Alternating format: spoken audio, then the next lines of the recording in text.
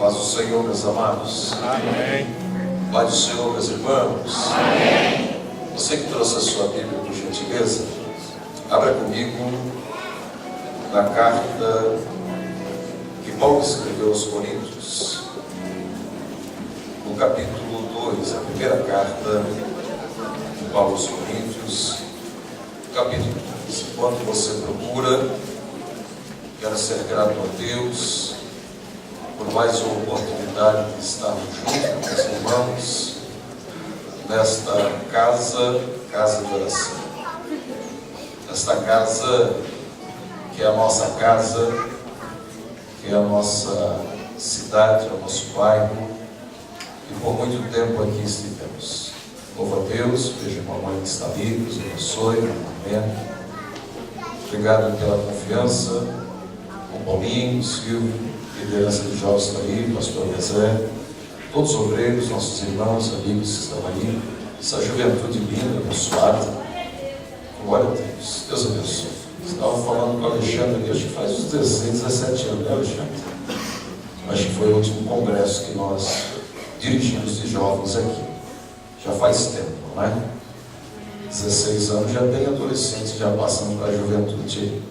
Então é bom poder estar aqui com vocês e ter essa honra de poder ministrar nessa noite na abertura do congresso. Daí os nossos amigos, irmãos, Deus abençoe, Deus continue nos abençoando.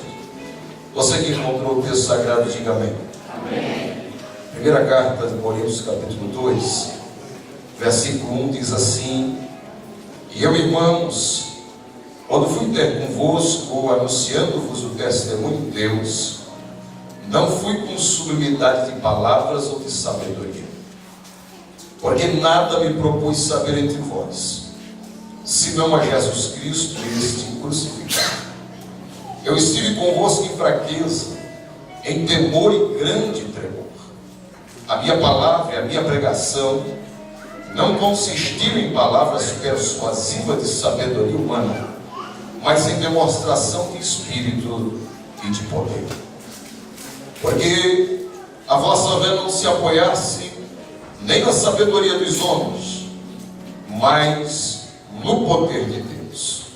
Todavia falamos a sabedoria entre os perfeitos, não porém a sabedoria desse mundo, nem dos príncipes desse mundo que se aniquilam, mas falamos sabedoria de Deus oculta em mistério, a qual Deus ordenou antes dos séculos para a nossa glória, a qual nenhum dos príncipes desse mundo conheceu, porque se conhecesse, nunca crucificariam ao Senhor da glória. Mas como está escrito, as coisas que o olho não viu, o ouvido não ouviu, e nem subiram ao coração do homem, são as que Deus preparou para os que o amam. Mas Deus nos revelou pelo seu Espírito, porque o Espírito penetra todas as coisas, ainda que as profundezas de Deus. Porque qual dos homens sabe as coisas dos homens, senão o Espírito do homem que nele está? Assim também ninguém sabe as coisas de Deus, senão o Espírito de Deus. Mas nós não recebemos o Espírito do mundo, mas o Espírito que provém de Deus, para que pudéssemos conhecer o que de nós é dado gratuitamente por Deus, as quais também falamos, não com palavras de sabedoria humana, mas as que o Espírito Santo ensina, comparando as coisas espirituais com as espirituais.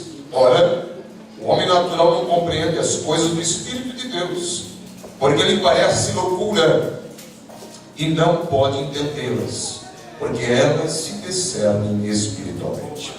Mas o que é espiritual discerne bem tudo, e ele de ninguém é discernido. Porque quem conhece a mente do Senhor, para que possa instruí-lo, mas nós temos a mente de Cristo Jesus. Você pode dizer um amém? Amém. Aleluia. Assente adorando o nome do Senhor.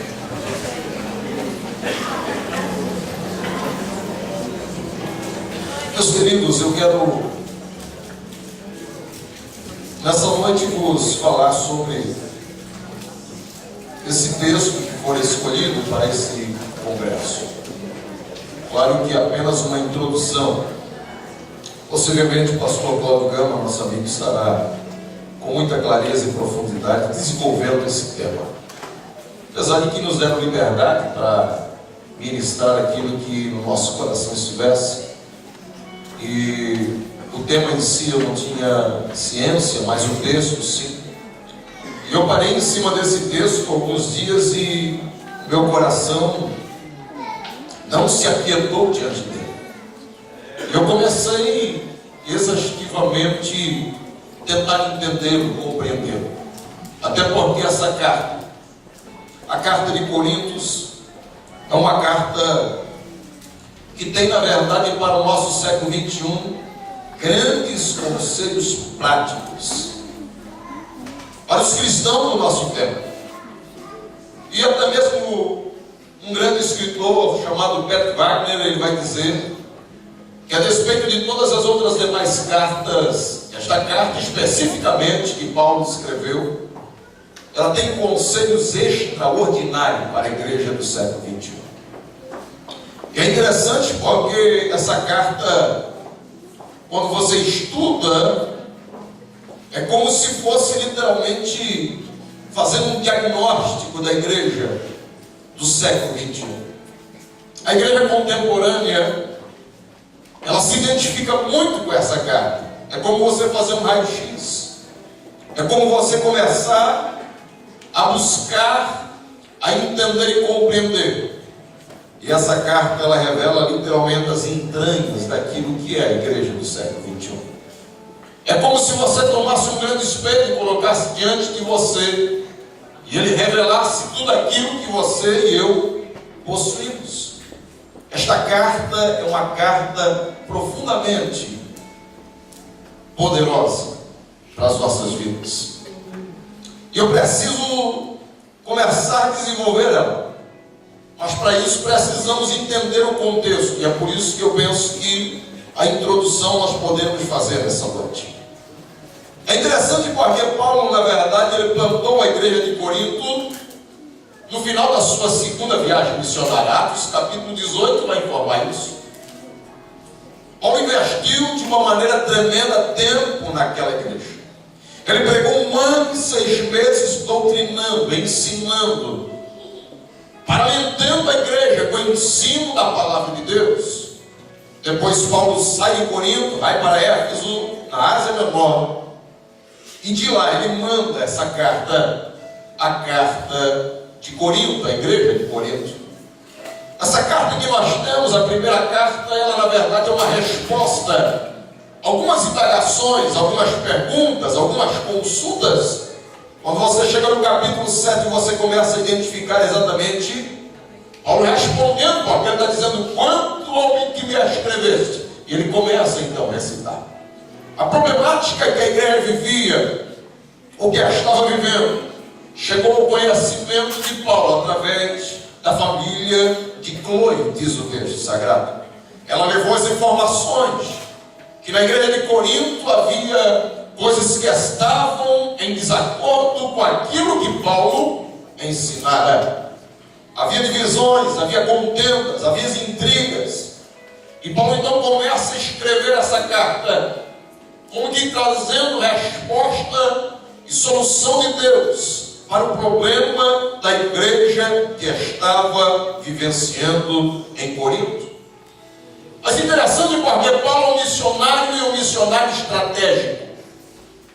E quando eu me deparo com essa carta, eu fico me perguntando por que de fato Paulo se interessou tanto e investiu tanto tempo para com a igreja ou para com a cidade de Corinto. E poderíamos falar de algumas razões, eu quero citar algumas delas. A primeira grande razão que Paulo acha interessante investir naquela cidade é pela razão geográfica, onde ela se colocava, onde ela se posicionava.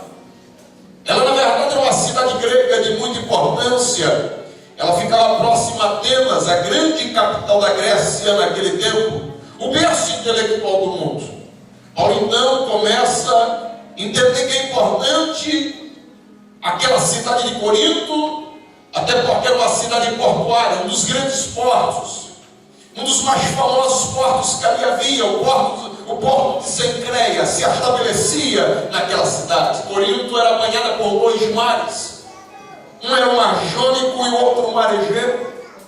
Uma cidade de muita influência, uma cidade bem localizada, uma cidade que dava acesso a muitas regiões da Europa e da Ásia.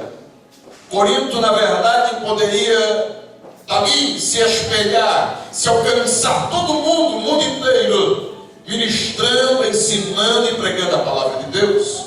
Uma segunda razão que você entende que Paulo investiu naquele lugar é uma razão social. E quando você entende isso, você vai entender que a Grécia, na verdade, trafegava por aquela cidade, e a cidade de Corinto florescia com respeito à cultura. Havia, na verdade, um grande auditório naquela cidade para 18 mil pessoas. Imagine, naquele tempo, um auditório aberto, onde 18 mil pessoas tranquilamente ouviam, assistiam e podiam discutir e argumentar a sua filosofia. Em 2010, o IBGE disse que a Barra tinha aproximadamente aí de 6 a 7 mil pessoas, só o bairro da Barra. Deve estar aí próximo de 9 mil pessoas. Caberia toda a população do bairro da Barra 2 vezes, só dentro do auditório de Corinto. Um lugar muito amplo, um lugar interessante. Ao entender que o florescimento da cidade, ele favorecia a semeadura do Evangelho, e ele então pavimentava o caminho para a plantação de uma nova igreja naquele lugar.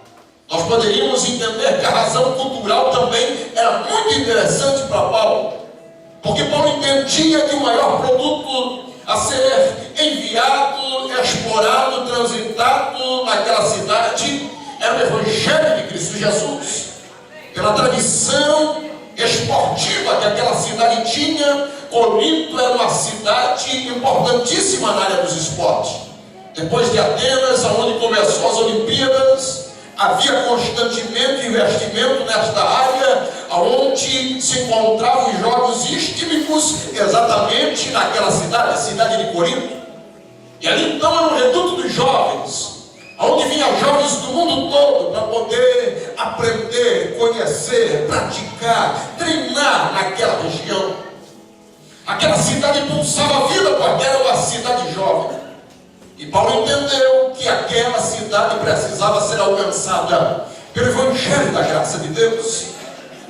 Paulo, interessante que ele não subestimou a importância dessa cidade da juventude. Se Paulo vivesse hoje no nosso tempo, certamente ele encontraria meios de influenciar a juventude do seu tempo ou do nosso tempo. Por quê? Porque ele buscaria meios de entrar com as posses novas do Evangelho, com a palavra de salvação, nos estádios, nas quadras, nos autódromos, como lá existia. Paulo construía pontes entre a verdade revelada de Deus e a cultura do seu tempo, da sua época. Ele lia os textos das Escrituras, mas ele estudava a cultura do povo, ele avaliava a cidade, ele fazia exegese tanto da Bíblia quanto da cidade e da região aonde ele morava. A contextualização de Paulo, meu querido, não era enfraquecer o sentido da verdade bíblica, mas era explicar com pertinência a palavra de Deus, mostrando a revelação de Deus, que era imutável, que era poderosa, e com os seus métodos apresentar para o povo que ali estava para lhe ouvir, pela sua abertura das novas ideias. Corinto era uma cidade altamente intelectual. O principal hobby da cidade era ir para as praças e ouvir os grandes filósofos, pensadores, expor as suas ideias. A cidade transpirava cultura, a cidade transpirava conhecimento, e Paulo entendia que o Evangelho poderia chegar ali e mudar a cosmovisão daquela cidade, daquele lugar. O Evangelho não é, na verdade, anti-intelectualista, de maneira nenhuma. Ao contrário, ele é digno de toda razão, de entendimento, e Paulo sabia disso. O Evangelho precisa, meu querido, através da juventude, adentrar as nossas universidades. O Evangelho, através da nossa juventude, precisa adentrar nos mundos de maneira que possa ser alcançado as pessoas do mundo. E Paulo entendia isso. E por isso Paulo se aperfeiçoou. É interessante porque nós precisamos nesses dias, na semelhança de Paulo, buscar orar a Deus, pedimos sabedoria, graça, entendimento para entender e fazer uma leitura do nosso tempo, e principalmente essa juventude que aqui está, para que Deus continue fluindo esta graça do Evangelho, para que outras vidas sejam alcançadas, transformadas, restauradas pelo poder genuíno desse Evangelho. Um Evangelho que venha fazer a diferença, um Evangelho que venha com poder, com graça, um Evangelho que venha com conhecimento, com intelectualidade, mas com muito poder de Deus e unção do Espírito Santo. Há uma grande responsabilidade sobre a nossa geração nesses dias. É uma geração que deve buscar o conhecimento, mas a inspiração e a revelação do Espírito Santo de Deus. É isso que Paulo começa a revelar nesse texto. Interessante porque Paulo tem uma quarta razão, e a razão aqui é moral. Porque apesar de Corinto ser uma cidade muito intelectual, ao mesmo tempo era uma cidade totalmente depravada, moralmente depravada. Corinto possivelmente ganhou a fama de ser a cidade mais depravada da história antiga. E havia até um nome onde as pessoas denominavam, e quem vivia em Corinto literalmente tomava aquele nome como alguém que vivia bêbado e debaixo da corrupção moral. E quando eu penso nisso em Corinto, nós vimos a nova moralidade que nós estamos vivendo hoje. Nada mais é do que esta velha moralidade transvestida com uma roupagem um pouquinho diferente. A cidade de Corinto era corrompida por algumas razões. A primeira razão era a prostituição. E a prostituição era algo que estava muito relacionado com a questão religiosa, porque a sexualidade, a prática sexual, se confundia com a religião por via daquilo que era a deusa Afrodite. A deusa Afrodite era aquela que dominava naquele lugar. Acrópole, em cima do monte, 600 metros aproximadamente de altura, eles tinham um templo para a deusa Afrodite. E alguns escritores vão dizer que havia mais de 1000 profetisas prostitutas que sacrificavam e adoravam as deusas, ou a deusa Afrodite. Mas quando chegava a noite, elas desciam à cidade, e elas então iam servir aos homens, aos portos. Aquela cidade era literalmente envolvida por esta prostituição. Mas havia uma segunda razão, que era o homossexualismo. Corinto, na verdade, onde ficava os principais monumentos de Apolo, um deus grego que representava nada mais do que o ideal de beleza masculino. E os moços daquela cidade se envolviam tanto com esta adoração a Apolo, que eram induzidos a juventude a se entregar ao homossexualismo. Talvez Corinto fosse o centro do homossexualismo da sua época. Para você ter uma vaga ideia, quando você começa a ler a carta que Paulo escreveu aos Romanos, você começa a ter uma ideia no capítulo 1 que estava acontecendo naquela cidade. Porque quando Paulo escreve aos Romanos, possivelmente ele estava em Corinto, e da janela da casa onde ele está escrevendo Romanos, mas ele está visualizando o que está acontecendo naquela cidade. De maneira que a juventude era envolvida por essas ideias, uma ideia tremendamente envolvida na mente deles. Muitos membros da igreja de Corinto, antes da sua conversão, eles na verdade viviam na prática, e esta prática pecaminosa, quando você lê o capítulo 6 da primeira carta, você vai ver isso. Paulo começa a dizer a quais vós anteriormente tinhas essas práticas. Ele está falando exatamente dessa prática homoafetiva, homossexual, idolatria e tudo mais relacionado à sexualidade. Mas a carnalidade era muito grande naquela igreja, porque havia na igreja de Corinto divisões e práticas sexuais desregradas. Os crentes estavam entrando em contenda e levando os outros ao tribunal no mundo. Havia confusão em relação ao casamento, em relação à ceia do Senhor. Crentes que se embriagavam na ceia do Senhor e outros passavam fome. E você começa a ver uma confusão com respeito aos dons espirituais, a ressurreição dos mortos, as ofertas ali feitas,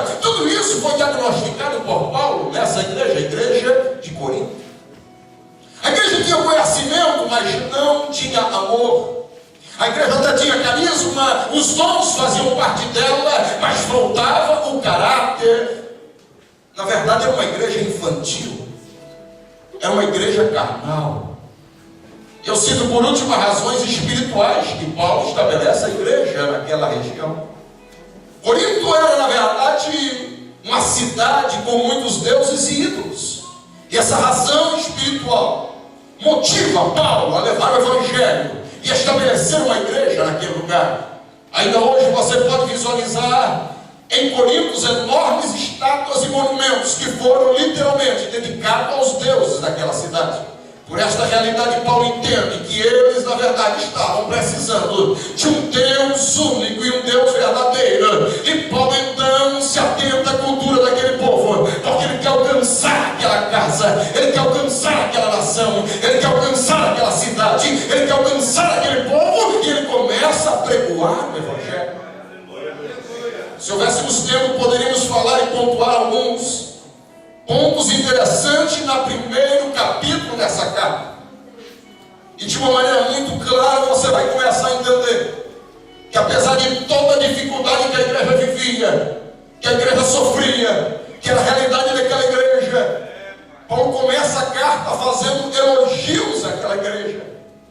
Interessante que por mais que fossem crianças, meninos, uma igreja carnal, debaixo de uma cultura pecaminosa, Paulo inicia a carta fazendo elogios àqueles homens, àquelas mulheres, à igreja de Corinto, porque Paulo vai dizer que é na verdade uma igreja, é um povo chamado, e ele começa a falar de pelo menos, meu querido, naquele capítulo 1, a vocação do cristão, dos vocacionados para o quê? Para a santidade, vocacionado para quê? Para a comunhão. Vocacionado para quê? Vocacionado para glorificar a Deus. É isso que Paulo começa a escrever naquela igreja.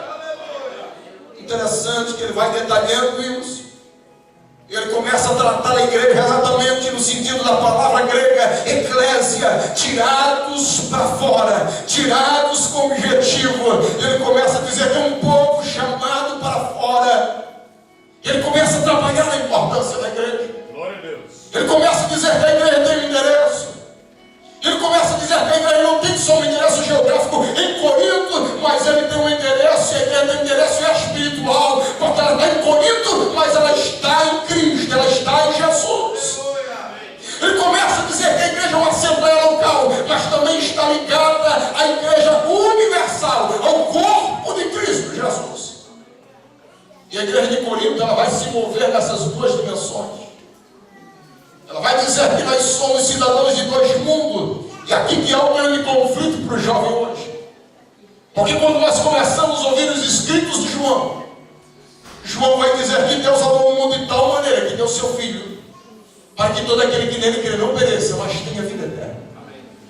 Mas ao mesmo tempo, na sua carta, ela vai dizer, não ameis o mundo.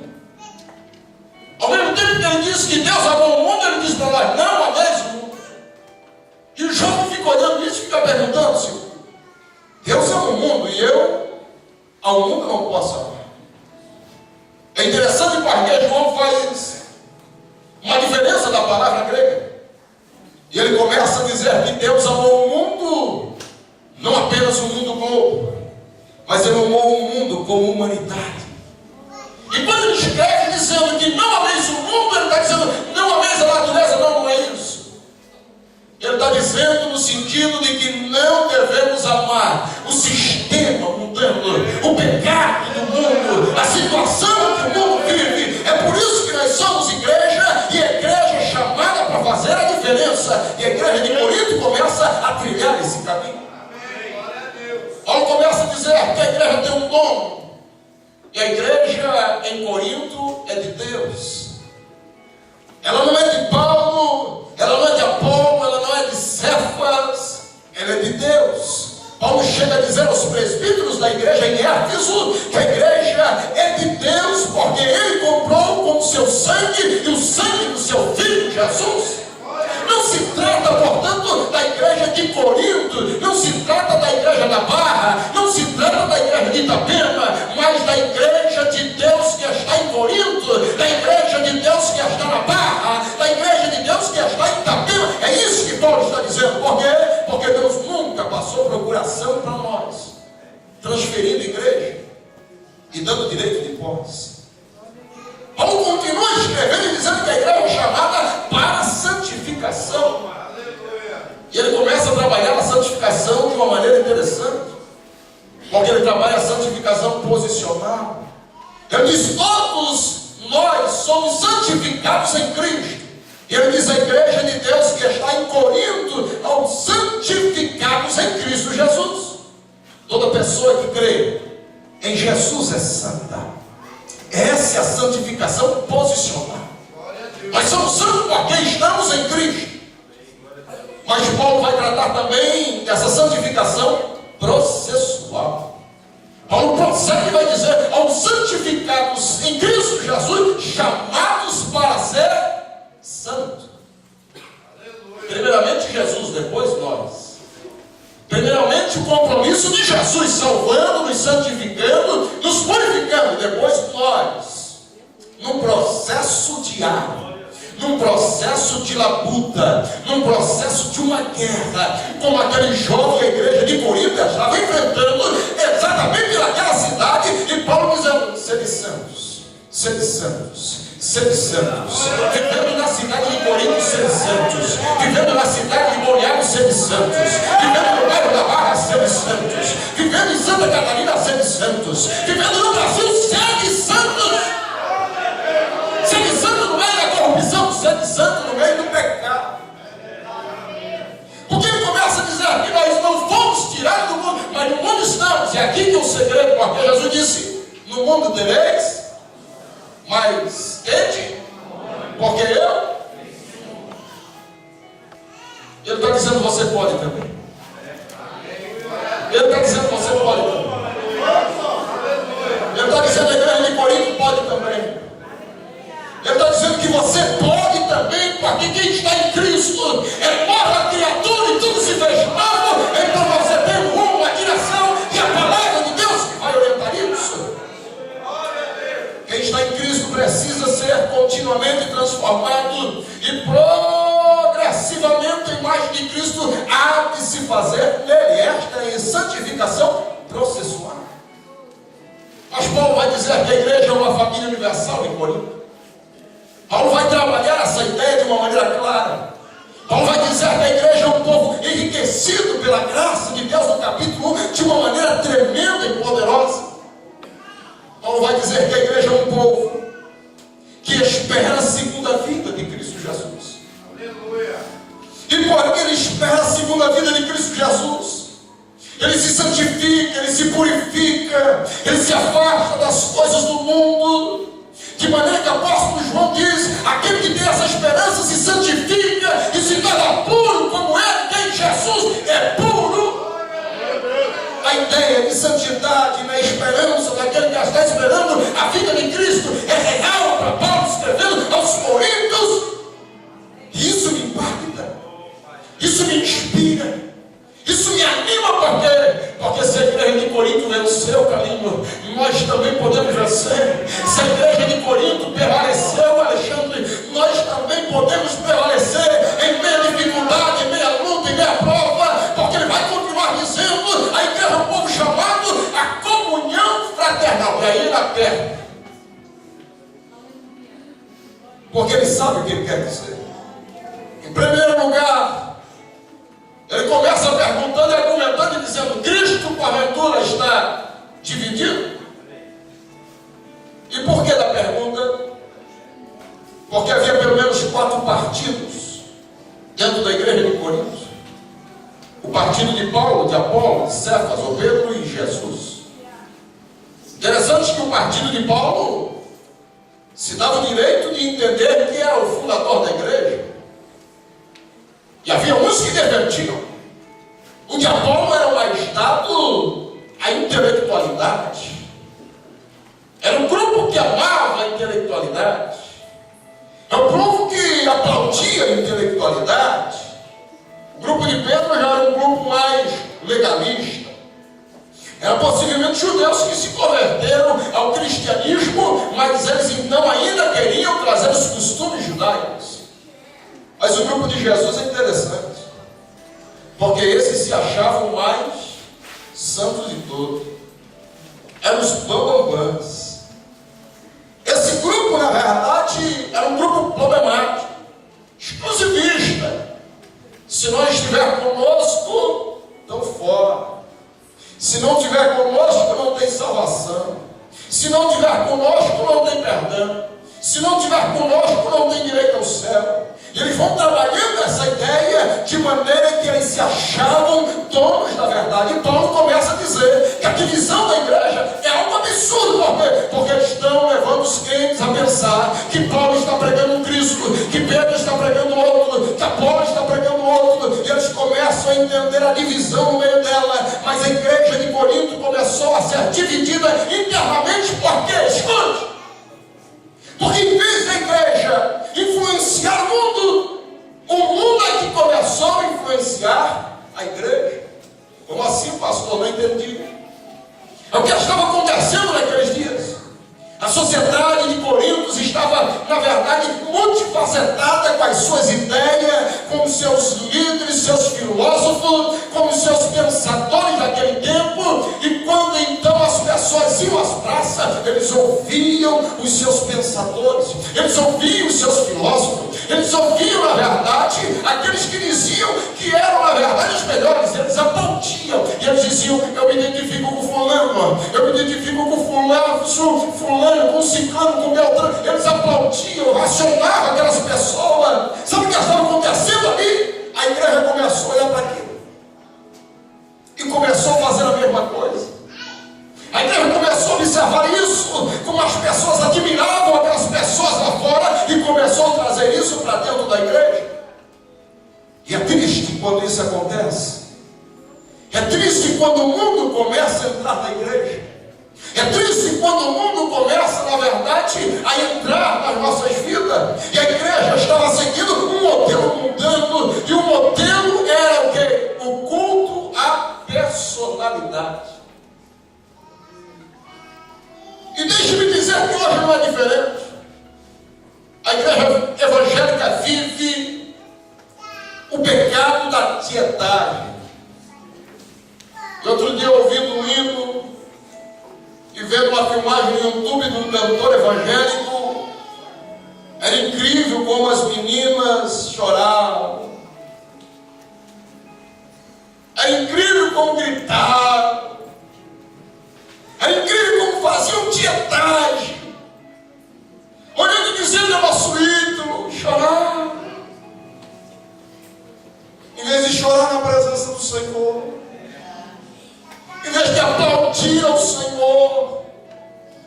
Nós estamos vivendo um tempo onde a igreja evangélica brasileira está criando esses ícones de pregadores, de cantores, que são tratados como astros, são tratados como atores, que sobem num palco para dar um show. Essa atitude é um sinal evidente de imaturidade, de decadência espiritual. E a primeira carta de Paulo aos Coríntios nunca foi tão atual quanto hoje é. Quando nós olhamos isso, percebemos que muitas igrejas atualmente deixam de olhar para a mensagem, para enaltecer o mensageiro. Glória a Deus. Estão deixando de observar a palavra pregada para observar o mensageiro. Estamos criando eventos e trazemos grandes nomes. Estamos criando evento e trazemos grandes pregadores. Não é porque ele vai pregar de um grande Deus, mas é porque ele pode atrair e arrastar multidões. É porque ele atrai, diz as pessoas. Olha o que nós estamos vivenciando. Em vez de nós sermos atraídos pela palavra, pelo poder, pela graça de Deus, nós estamos sendo atraídos pelos cantores gospel. Nós estamos sendo atraídos pelos shows gospel. E Paulo precisava perguntar à igreja de Corinto. E ele começa perguntando: quem é Paulo? Vocês estão discutindo e argumentando e dizendo que Paulo é o cara? Vocês estão aí discutindo e dizendo que Apolo é o camarada? Vocês estão dizendo que Pedro é o melhor? Aí Paulo vem com uma pergunta dizendo: Quem é Apolo? Ele diz: simplesmente são servos por meio de quem vocês creram na revelação, porque um plantou, o outro regou, mas quem deu crescimento foi Deus. Paulo precisou dizer à igreja que o culto à personalidade era reflexo de dois pecados que havia na igreja. Primeiro, a infantilidade. Segundo, a carnalidade. Isso é forte demais. É a realidade da nossa igreja hoje. A infantilidade espiritual, as pessoas se deixam levar por qualquer coisa. E a carnalidade vai no opa-opa. Paulo enfatiza que elas eram crianças e eram também carnais, pelo fato de estarem seguindo homens. Mas Paulo cuida do assunto de forma transparente. Eu acho interessante que começa Paulo a nos ensinar como tratar esse tipo de problema na igreja. Porque Paulo claramente diz que os irmãos da casa de Cloe o informaram que estava acontecendo divisão dentro da igreja. Ele não omite a informação e nem informante. Sabe o que ele faz? Por que diz isso? Porque ele é direto. Porque ele é alguém que revela caráter, personalidade e muita coragem. Porque com isso ele quer fazer uma coisa. Quando ele aponta dizendo: olha, foi a Cloe que me disse, a realidade é essa mesmo, e vamos cortar o mal por aqui. E o que começa a acontecer com isso? Abertura, transparência. E quando a abertura e a transparência, o mal é tratado e resolvido, sem deixar feridas, sem deixar mágoas, sem deixar rancor. Depois de plantar o problema, depois de ele revelar o problema, Paulo começa a rogar nos irmãos que em nome de Jesus todos falem a mesma coisa. E Paulo ordena a igreja dizendo: antes sejais unidos, na mesma disposição mental e no mesmo parecer. Paulo rasga, depois costura, e costura de uma maneira tremenda, porque ele é firme na palavra, ele tem decisão, ele tem postura, ele sabe o que quer dizer, e ele fala literalmente aquilo que precisa ser dito. Glória a Deus. E eu vejo 8 pontos aqui, o 8º, nesse primeiro capítulo, que Paulo começa então a partir desse momento a falar sobre o poder da cruz de Cristo. A partir do versículo 17, o apóstolo Paulo fala então da cruz de Cristo. E ele começa dizendo que os judeus tropeçaram nela. Ele continua dizendo que os gregos escarneceram da cruz. Mas Paulo rasga em cima deles dizendo: aonde está o sábio desse tempo? Aonde está em todos os tempos que não puderam produzir um homem e mulher, uma mulher e um homem melhor? Aonde estão? Porque conhecimento tinha. Mas Paulo começa a enfatizar dizendo que o instrumento de mudança poderoso na vida das pessoas, na vida do ser humano, se chama cruz do Calvário. Essa cruz do Calvário. E Paulo enfatiza o poder que há nessa cruz de maneira tremenda. E aqui eu começo a entender que a nossa geração precisa urgentemente voltar a falar da cruz. Eu me lembro que eu me converti quando eu tinha 14, 15 anos de idade. Quando nós tínhamos um bar aqui ainda na Barra. Mas pela televisão, todo sábado de manhã eu ouvia um homem pregando chamado Jimmy Swaggart.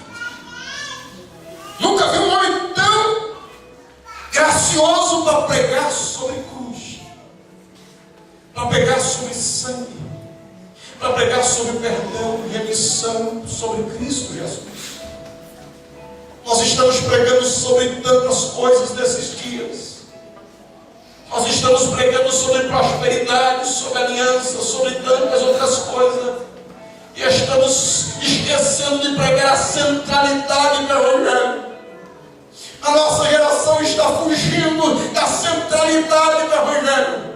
A nossa geração está sendo enfraquecida, está crescendo mirrada, porque nós estamos fugindo da centralidade do poder que há no Evangelho através da cruz de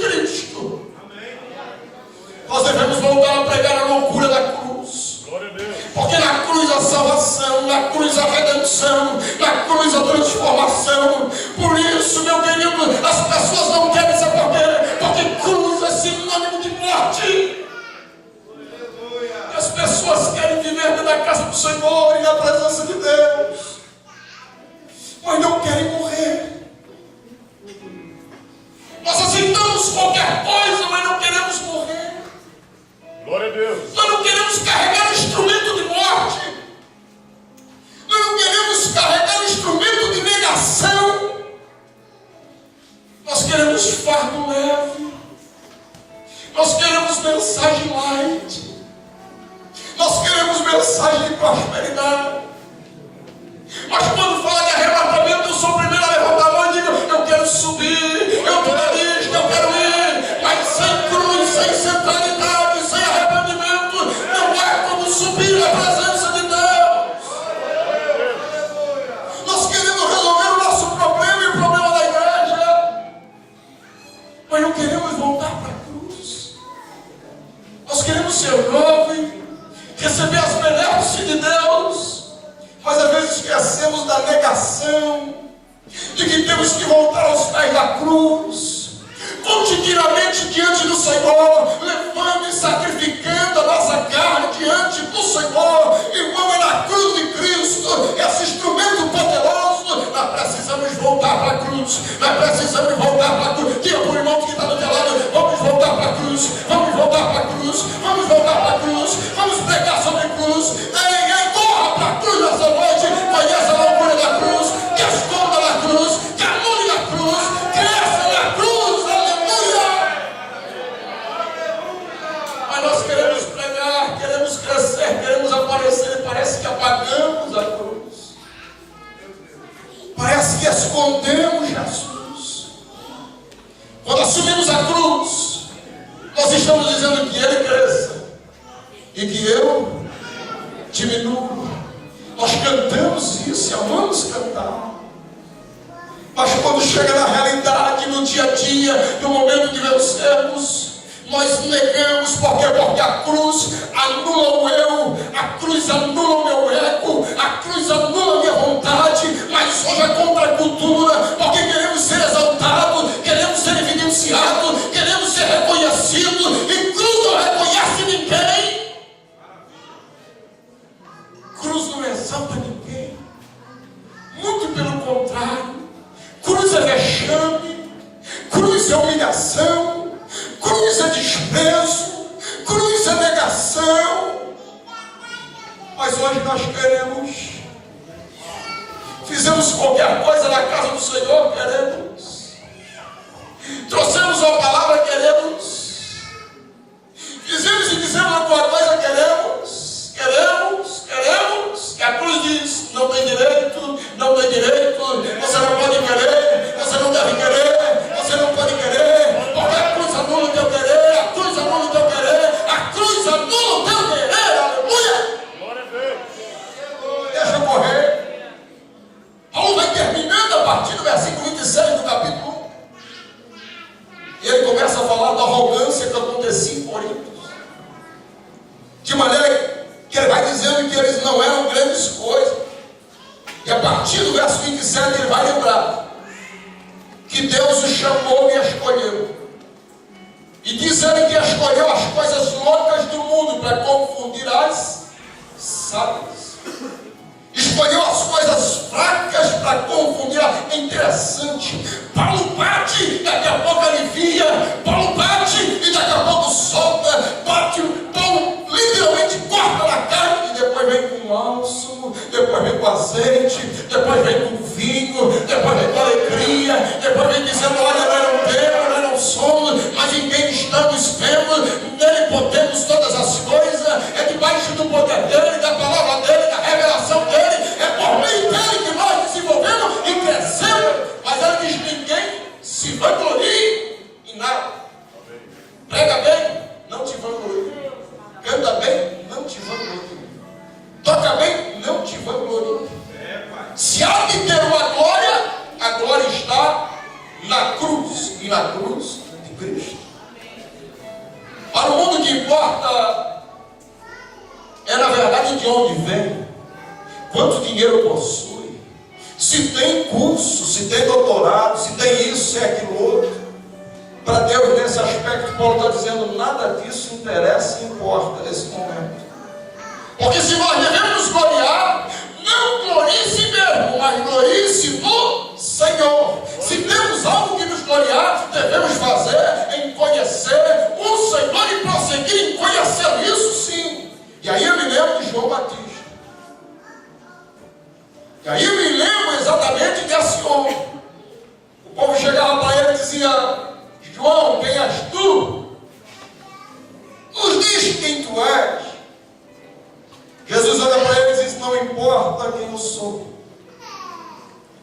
Importa o que eu estou pregando e o que eu estou falando. Ouça a minha mensagem. O povo olhava para ele e dizia: tu és Elias. Ele dizia: Elias não sou. Então quem tu és, irmão? Tu és um dos profetas que deveria vir. Ele diz: de maneira nenhuma sou profeta. E aí então eles apertam com ele e chegam ao ponto de dizer: já sabemos quem tu és. Tu és o Messias. Então no capítulo 1 de João do Evangelho, ele começa dizendo o texto: ele confessou e não negou, dizendo: eu não sou o Cristo. E ele ainda acrescentou dizendo: nem digno de desatar as sandálias dele eu sou. Quem tu és, João? Eu sou apenas uma voz. Eu sou apenas uma voz que clama no deserto. Glória a Deus. Eu sou apenas uma cana agitada pelo vento. Eu sou apenas um tirador de pedra do caminho. Mas depois de mim vem um que tem a primazia. Ele sim deve ter a honra. Ele sim é o maior. Ele sim é o grande. Ele sim é o poderoso. E quando ele vê Jesus, ele diz: eis o Cordeiro de Deus que tira o pecado do mundo. Esse seguiu. Nós estamos apontando para as pessoas erradas. Nós estamos criando ícones humanos, terrenos. E quando o ícone cai, cai com ele aqueles que estão focados nele. E João tinha motivo para dizer quem era. Sabe por quê? Porque o texto mesmo diz a respeito de Jesus falando dele e disse: entre homens não houve outro maior do que ele. Ele não só disse que era o Cordeiro que tira o pecado, mas ele disse: olha, eu te batizo. Batizas ou batizo com água. Mas veio um que vai batizar com o Espírito Santo. Mas hoje o chamado de João não interessa para ninguém. Porque ninguém quer pregar em deserto. Mas a revelação está aí. Vai para o deserto porque a multidão vai atrás. Vai para o deserto porque a multidão vai atrás. E diz o texto que as multidões afluíam no deserto para quê? Para ouvir a mensagem. Sabe por quê? Porque João tinha a mensagem de Deus. Aquele povo faminto para ouvir a voz de Deus através da revelação de João. E ele então vai para o deserto. Mas nós queremos pregar aonde? A favela está difícil de fazer escala. Escala na série para ver se não está assim. Vamos pegar nos Gideões, faz fila. Mas vai pegar nos interior fazer isso. Você não conta. Estamos mudando foco e essa geração precisa mudar isso. Glória a Deus. Aleluia. Espírito Santo de Deus está preparando-nos nesse final de semana para começar a mudar. Passou o tempo, fique bem comigo. Mas deixa eu pelo menos pontuar o capítulo 2. E quando você adentra o capítulo 2, Paulo inicia revelando sua resolução e dedicação exclusiva ao Evangelho. De maneira que ele vai dizer: irmãos, como eu fui perto de vós, olha só o que ele diz: anunciando-vos o testemunho de Deus. Primeiro, não fiz com ostentação de linguagem e sabedoria humana. Quando Paulo vai a Corinto, ele vai para glorificar e pregar o Evangelho de nosso Senhor Jesus Cristo. E Paulo lá então ele ratifica a sua decisão. Porque no verso 2 ele vai dizer: porque decidi, olha só, porque decidi nada saber entre vós. Pastor Paulo, problema aqui, quero saber não, segura aí. Não tem coisa sem dificuldade, quero saber não, segura aí. Só quero saber uma coisa a respeito de vós. E ele vai dizer: Jesus Cristo. E este crucificado. Sabe qual é a paixão de Paulo? A paixão de Paulo, irmãos, é o Evangelho. A paixão de Paulo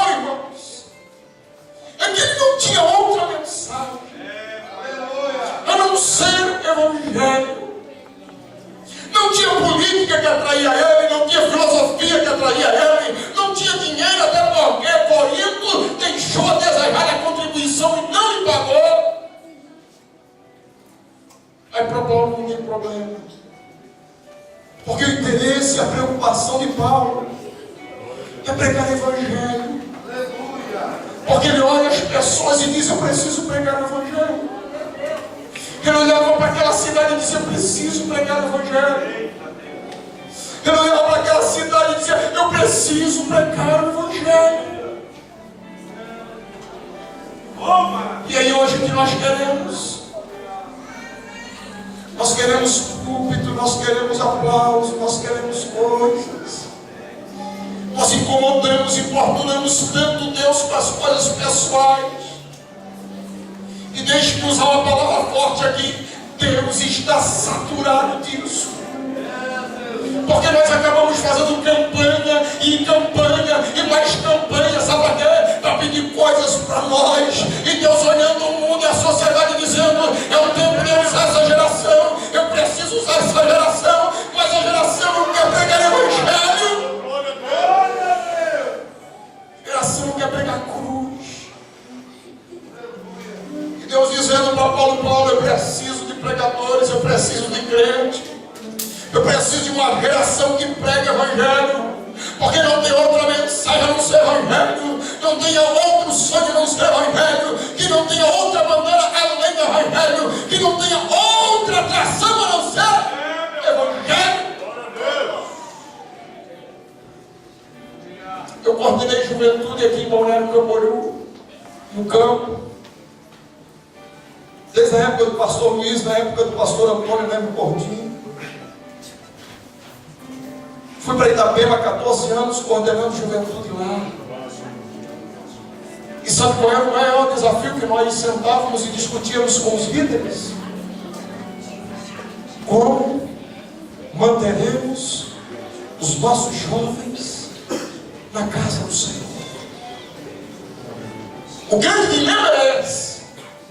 Todas as vezes que sentávamos para conversar é isso. Como? E sempre vinha sugestões, ideias. E uma das coisas que eu sempre foquei e disse para eles: irmãos, o que os nossos jovens nesses dias precisam, o que os nossos jovens precisam nesses dias, sabe o que é? É palavra de Deus. É Bíblia, conhecimento, intimidade com Deus. Sabe por quê? Porque o jovem que tem conhecimento da palavra, o jovem que tem intimidade, o jovem que é cheio do Espírito Santo, ele não precisa de movimento social para poder se manter na igreja. Ele não precisa de movimento social para vir para a igreja. Sabe por quê? Porque a atração dele é o Evangelho, a atração dele é a palavra, a atração dele é Jesus, a atração dele é o Espírito Santo de Deus. É isso que ele quer. É isso que ele quer. Porque quando ele vem para a casa do Senhor, ele se alimenta da palavra. Quando ele vem para a casa do Senhor, ele se enche de Espírito Santo. Ele sai animado, ele sai fortalecido, ele sai renovado. E ele diz: eu vou mais, eu vou caminhar mais, eu vou pregar mais, eu vou orar mais, eu vou consagrar mais. Mas eu termino dizendo para você que Paulo vai fazer uma coisa interessante. Porque Paulo vai continuar dizendo: eu vim pregar em Corinto, mas eu não vim forte. Eu não vim com a força toda, muito pelo contrário, eu vim em fraqueza. Eu vim em temor. Eu vim em grande tremor. E dessa maneira eu estive entre vós. Que fraqueza era essa? Física? Não. Paulo está trabalhando a ideia de que ele vem na dependência total. Ele anula aquilo que é Paulo, ele, o conhecedor, o intelectual. Ele anula e ele diz: eu venho diante de vós, mas na dependência total de Deus. Embora Paulo fosse apóstolo, embora ele fosse grande, embora tivesse tivesse autoconfiança, mas ele vem debaixo da humildade, sabendo que a sublimidade do mistério que é dada a ele não se revela na grandeza humana, mas é na capacitação e na dependência do Espírito Santo de Deus. Por quê? Porque sem poder do Espírito Santo, escute, sem poder do Espírito Santo de Deus, não há pregação do Evangelho. Não é no nosso conhecimento que nós vamos convencer as pessoas, não, mas é na força do Espírito Santo de Deus. Eu gosto da biografia de John Wesley, quando ele escreveu algo que as pessoas gostam de usar. Ele disse: ponha fogo no seu sermão, ou então põe o seu sermão no fogo. Ele vivenciava a presença de Deus, mas Martin Lloyd Jones disse claramente que pregação é lógica em fogo. Ele disse: pregação é razão eloquente. Pregação é teologia em fogo. É teologia vinda por intermédio de um homem que está em fogo, mas debaixo da oração. É isso que ele dizia. Só o Espírito Santo é que pode acender as fogueiras. Não é um movimento humano que vai acender fogueiras espirituais permanentes. Esquece isso. Anula isso. Glória a Deus. Apenas movimento não faz isso. É apenas um movimento aqui, mas sai da porta da igreja, não tem contato com Deus mais. Mas quando o Espírito Santo de Deus começar a incendiar as nossas almas e os nossos corações, nós sairemos da casa do Senhor diferente. E nós trilharemos as ruas da nossa cidade, do nosso bairro. E essa nossa geração será diferente. Eu quero orar com os jovens que vieram nessa noite à casa do Senhor. Apenas fazendo essa introdução, essa interlocução com vocês nessa noite. Sabendo de que Deus tem coisas lindas para vos falar nesse final de semana. Mas o Espírito Santo de Deus me faz lembrar ainda de alguma coisa e eu quero colocar a você. E quando eu estava ministrando no Rio Grande do Sul, numa vigília, a bala caiu. Lá em São Sebastião do Caí, Deus colocou essa palavra no meu coração. E era naquele final de semana que o Paulinho fazia contato comigo. E o Espírito Santo falou forte comigo. E me trouxe o texto de Paulo, em Atos dos Apóstolos, capítulo 19, 20. Capítulo 18, ele está fundando a igreja de Corinto. 19, ele está pregando, ele vai viajar missionariamente, mas ele está pregando. Não está como eu, já passei das 10, mas diz o texto que ele passou da meia-noite. E um jovem que estava naquela reunião, ele adormece profundamente, diz o texto. Ele cai no terceiro andar. Escute o que Deus está lhe dizendo, como uma mensagem revelada e profética para a tua vida nessa noite. Ele caiu no terceiro andar e morreu. Paulo para de pregar. E é aqui que eu começo a entender algumas coisas.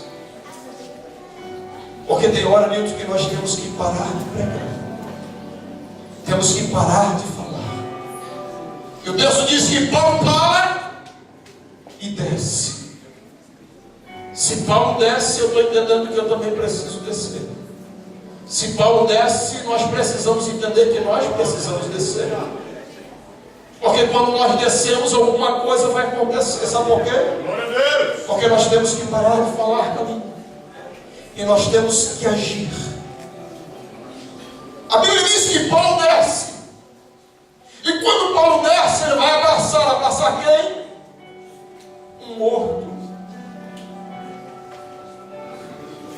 Glória a Deus. Paulo desce e vai abraçar um morto. Oh, Pai da glória. Que morreu numa reunião do qual ele pregava. Tem hora que nós precisamos parar de falar e agir e descer. Descer onde estão os mortos. Pastor, mas ninguém quer abraçar morto. Porque morto é gélido. Morto lembra de morte, e morte nós não queremos conversa. É melhor abraçar quem está vivo. É melhor abraçar quem está retorno. É melhor aplaudir quem me aplaude. É melhor convidar quem me convida. É melhor dar churrasco para quem me dá churrasco. Mas para morto, nós não queremos mais atender os mortos. Nós não queremos mais descer a atender os caídos. E ainda hoje no meu serviço eu orava em espírito com Deus e conversando, e o Espírito Santo me dizia: tem morto, tem morto, tem morto, tem morto aqui, tem morto aqui, tem morto aqui. O Espírito Santo dizia: tem morto. Eu disse: Deus, como é que é? Tem morto. E a pior morte é a morte espiritual. Mas aqui não tem apóstolo Paulo. Mas aqui tem irmãos, aqui tem pastores, aqui tem líderes, aqui tem pai, aqui tem mãe, aqui ainda tem pessoas que têm a mesma graça que fluiu na vida de Paulo e que continua fluindo e que nessa noite vai descer, vai abraçar morto e morto vai ressuscitar, porque é o poder da palavra do Senhor.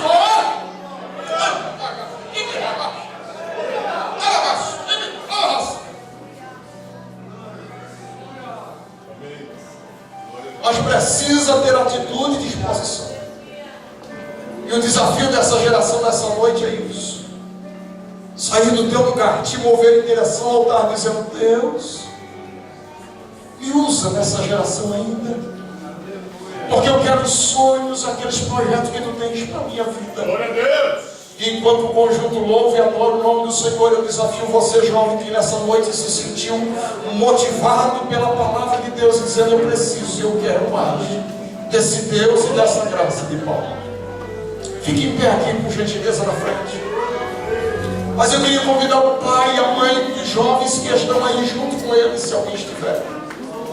Eu queria que você fizesse um esforçozinho, você saísse do teu lugar e viesse abraçar o teu filho nessa noite. Pode cantar, pode adorar no nome do Senhor enquanto você vem do Deus. Pode chegar à minha frente, vai chegando em nome de Jesus. Vai chegando perto do altar em nome de Jesus. Pode chegar mais, vai chegando. Vai chegando. Vai chegando, vai chegando. E vai dizendo: Deus,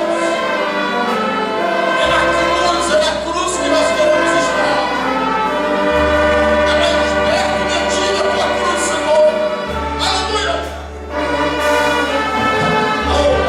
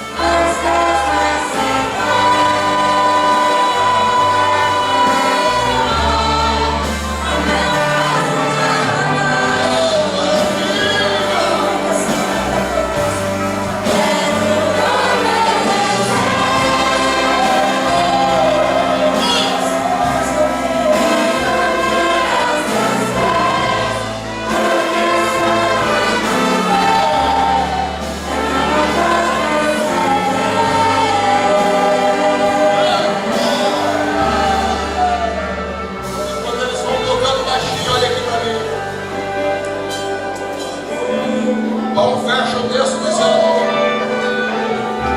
que nem olhos, nem ouvidos ouviram, e não desceu o coração humano que Deus tem revelado para mim e para você.